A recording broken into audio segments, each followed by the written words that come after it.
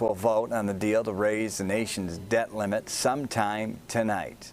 House lawmakers are expected to offer and vote on amendments to the bill before a final vote, but a growing number of House Republicans threaten to vote no. That could spell disaster. The U.S. will run out of money by June 5th if the debt limit is not raised or suspended. Joining us now, Carola Frydman, finance professor at Northwestern University's Kellogg School of Management. Before we get into that, let's talk about, well, first of all, thank you for joining us, Professor. Thanks for having me. Yeah, absolutely. Let's talk about the debt ceiling, exactly what it is. I think, like, when I finally wrapped my head around it, I would say it's like for my household, say I'm a single guy and, you know, I've got a house note and college debt, and it all adds up to $300,000. And I say I'm never going to go higher than that. And then all of a sudden my car breaks down, so I need a new car. So then I need to add $50,000 to it, and it's kind of subjective, right? Is that not like like how it would affect an average household? That's a very good analogy. Exactly right. So in your home, you get some income coming into your house through, say, your work income, and then you have various sources of spending.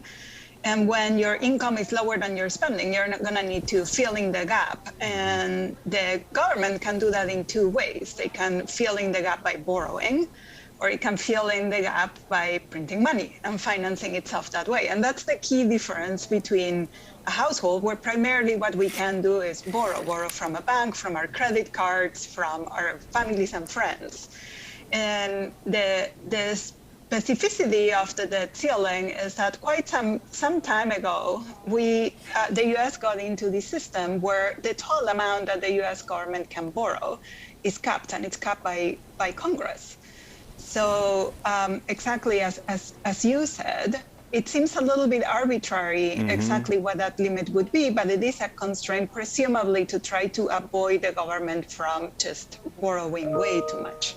Yeah, and this allows kind of both sides to posture and say, we're fighting for this, no, we're fighting for this, and then it usually just goes through. We've had this talk before with you, Professor.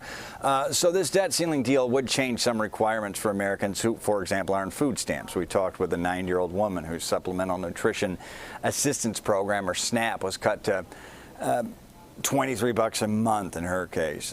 People who are already struggling, if this thing doesn't go through, I mean, SNAP could be affected, people with entitlements, Social Security, disability, like this could be traumatic, right?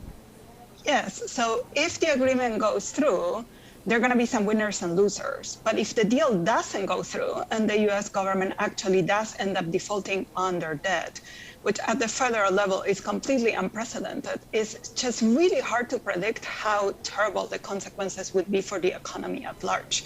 Not just for the U.S. economy, for households and in the U.S. economy. And I do think, as you mentioned, that the effects would be even more severe for lower income households if there were to be a default, but also for the global economy. Global markets would tremble if the U.S. actually does end up defaulting.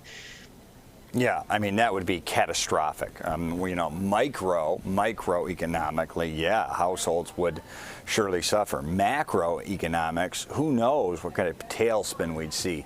So the question I have for you, Professor, is like, who wins? As we've stated, and I've never had an economist argue with it, it is kind of an arbitrary number that just needs to be bumped up unless you really have a discussion and both sides come to the table and have an agreement, let's balance the budget, which never happens until 0 hour, which is right now. So who's like benefiting from this rancor? Is it political points? Is it what? I think it's just become a political tug and war, to be honest, where it doesn't quite matter who is in control. We get, as you said, to over and over again, to the hour, threatening with a default of the U.S. government to get some concessions from the other side. And that's effectively what this has turned out to be, there is at this moment no real fundamental reason why the US government couldn't lift the debt ceiling and we could be out of this. We're already seeing credit rating agencies threatening with downgraded the US government debt and to keep it low until this political morass gets solved, because we get here over and over again and for no real good reason. On the other hand, it is true that the US government has a fairly high debt to GDP ratio, that the US government spends a lot more than the income that it has coming in, from example, through taxes. And so when the spending is higher than the revenues, that on a year-to-year creates deficit. Over the long run, what we are estimating, what the Congressional Budget Office estimates, is that in the next, say, 25 years, the debt to GDP ratio will increase from about 120%, where it's now, to about 200%. Oh, wow. And a lot of that is accumulated earnings. It won't be that the US government is spending so much on new programs or infrastructure. It is primarily that there is just so much borrowing that refinancing that will become a lot costlier. So it would perhaps be a good idea for the two sides to sit down and figure out whether there is something more substantive that can be done. But when we wait to the very last minute through this political tug and war, where either side is trying to get some concessions, ultimately we end up with deals that, hurt some, benefit others, but it's not a very substantive transformation of the situation. And that's why we find ourselves again a year, 2 years down the line. Yeah. If they're going to fix it, they got to start after they pass this thing, then get at it with some real backbone to it. You think this thing's going to pass tonight?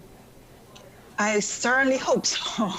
I think the U.S. has a lot of going through it and for it, and certainly the uncertainty that is being added to the economy at a time in which the economy, at least in some ways, is struggling with high inflation, high interest rates. It's certainly not beneficial to add more uncertainty, the perception that the U.S. can default, higher volatility, higher uncertainty for businesses and households that cannot plan and do not know what's going to happen. So my hope is that certainly this passes today.